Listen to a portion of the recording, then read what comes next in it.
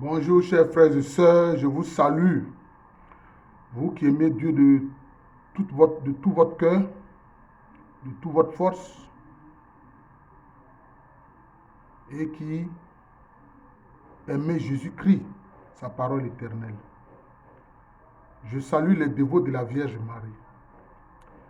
Alors vous voyez les équipiers du rosaire, les légionnaires récitent ou chantent le Magnificat de la Vierge Marie.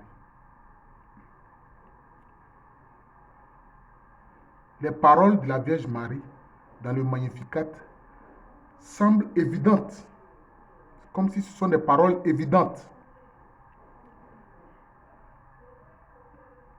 Évidentes à comprendre. Mais je pense que ce n'est pas forcément le cas. Ce n'est pas forcément le cas. Bon, je fais cette vidéo depuis mon village à Diaké, appelé improprement à Diaké. Alors, qu'est-ce qu'elle dit dans le Magnificat? D'abord, elle dit, mon âme exalte le Seigneur. Par les paroles de la Vierge Marie, on voit la réalité de l'âme. L'âme est une réalité.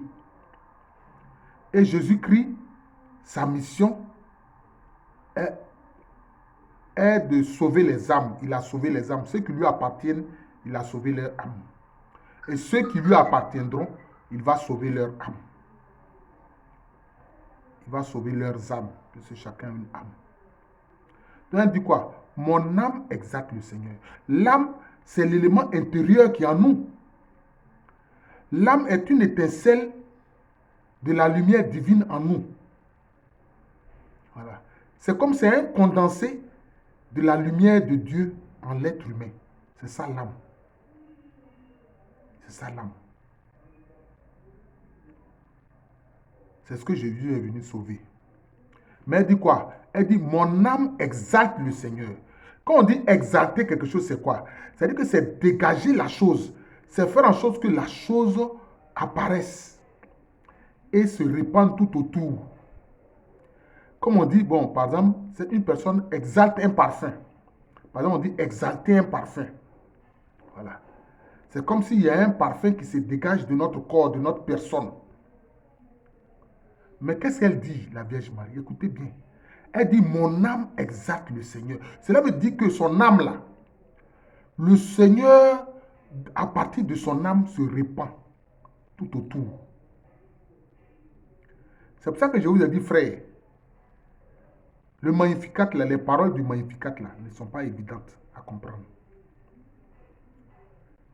Alors quand je vais mettre le titre, commentaire du Magnificat de la Vierge Marie, ne dites pas, oh, c'est évident, on connaît ça. Non, écoutez au moins. Et vous verrez que c'est beaucoup plus profond.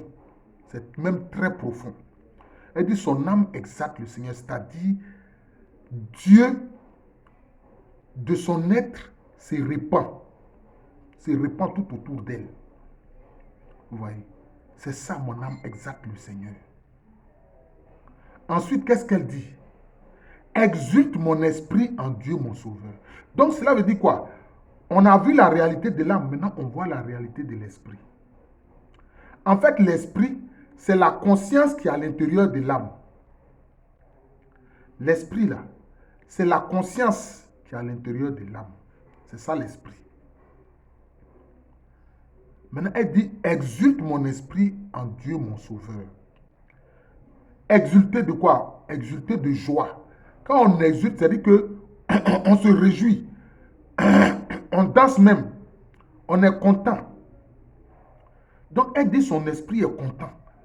Son esprit même danse. Hein? En Dieu son sauveur. Exulte mon esprit en Dieu mon sauveur. Cela dit quoi? Là maintenant, elle voit Dieu comme sauveur.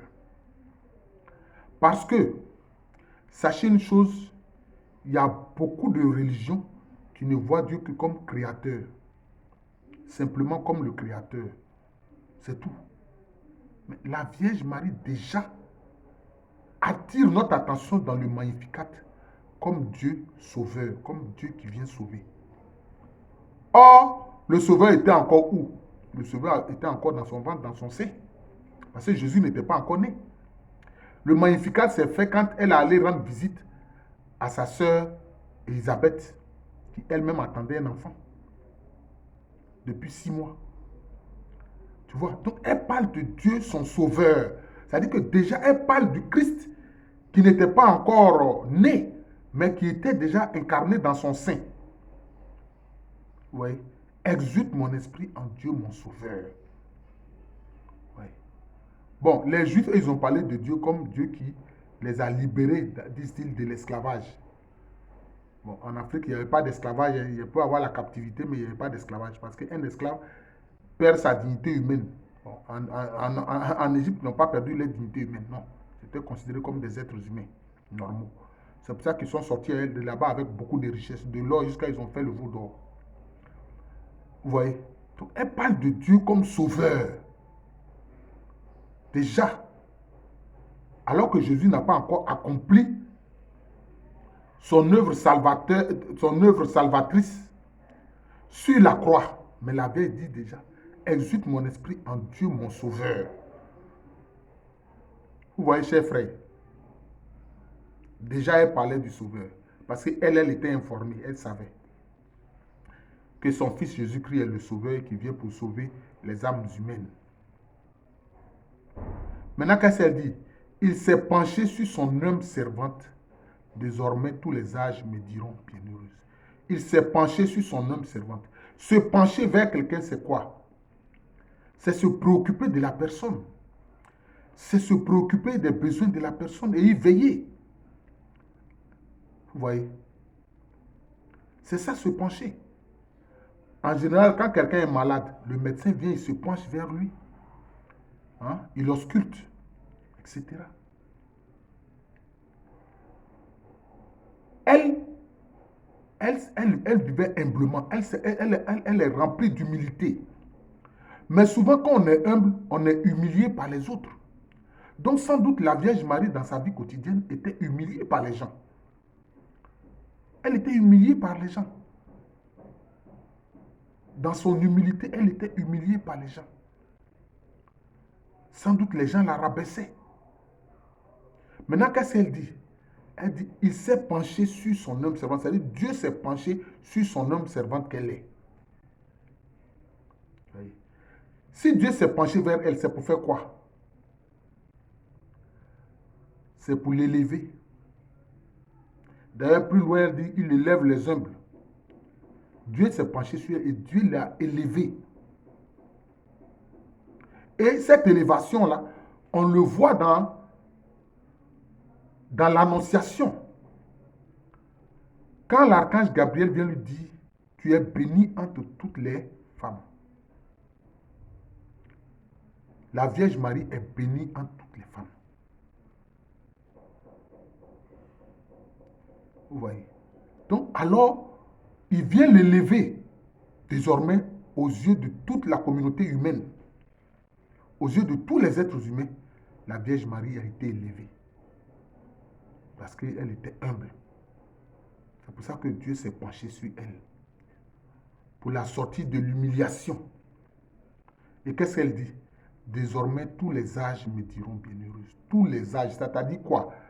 Tant qu'il y a des générations d'êtres humains qui vont se succéder sur terre, il y aura toujours des êtres humains qui vont la déclarer bienheureuse, c'est-à-dire la bienheureuse Vierge Marie. Donc c'est un de ses titres.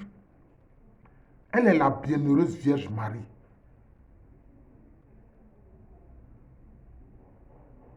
C'est ça.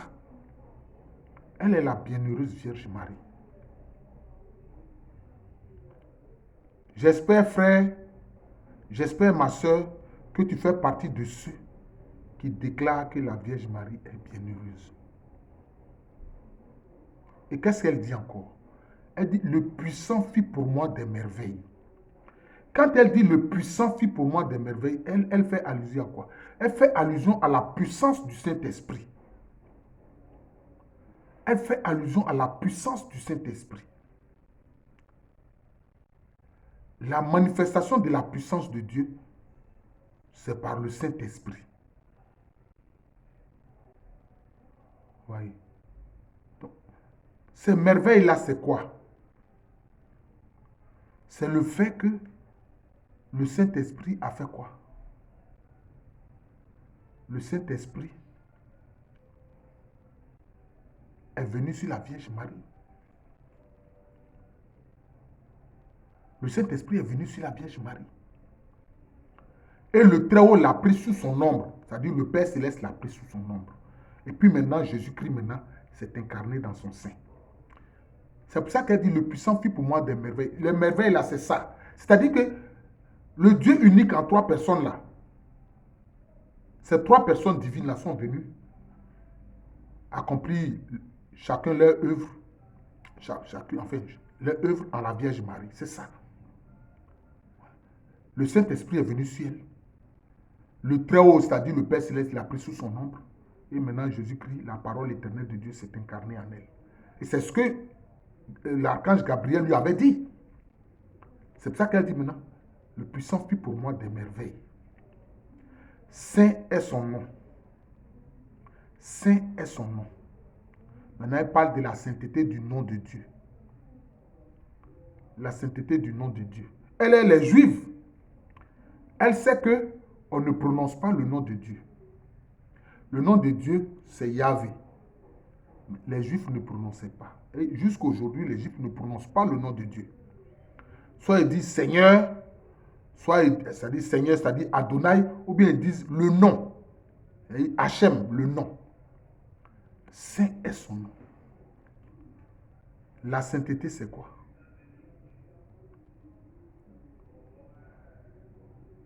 C'est-à-dire, c'est une extrême pureté. La sainteté est d'une extrême pureté. Vous voyez? Donc, là encore, elle proclame la sainteté du nom de Dieu. Mais déjà, cela fait allusion à quoi? Cela fait allusion à ce que Jésus dira plus tard. Tout ce que vous demanderez en mon nom, vous l'obtiendrez. Tout ce que vous demanderez en mon nom, le Père Céleste le fera. Ou moi-même, je le ferai. Vous voyez? Donc, par le nom de Dieu, Dieu nous exauce. Par le nom de Dieu, Dieu nous exauce. Je pense que j'ai peur que le commentaire de cette vidéo sur le Magnificat de la Vierge Marie soit trop long. Donc, peut-être je vais faire ça en deux parties. Voilà. Donc, je vais m'arrêter là. Saint est son nom. Voilà. On verra la suite. Son amour s'étend d'âge en âge. On verra la suite plus tard. Je vous remercie. Je suis le frère Jean de l'amour de Jésus. C'est mon nom spirituel. Et à l'état civil, je suis le professeur Alou Kwame René. Je fais cette vidéo-là dans des conditions pas habituelles. Hein, c'est chez moi au village à Adiaké que je le fais, appelé improprement Adiaké. Je salue tous mes frères en Christ, particulièrement ceux de la paroisse Saint-Ambroise du Jubilé d'Angré. Je salue très fraternellement mes frères les équipiers du Rosaire dont je suis membre. Dimanche prochain, on fête l'épiphanie. Ce que nous, catholiques, nous fêtons comme l'épiphanie, c'est la Noël des chrétiens orthodoxes. C'est la Noël des chrétiens orthodoxes. Je salue tous ceux qui ont la dévotion mariale. Tous les groupes à spiritualité mariale, je les salue. À l'état civil, je suis le professeur Alou Kwame René. Merci encore et bonne journée à tous.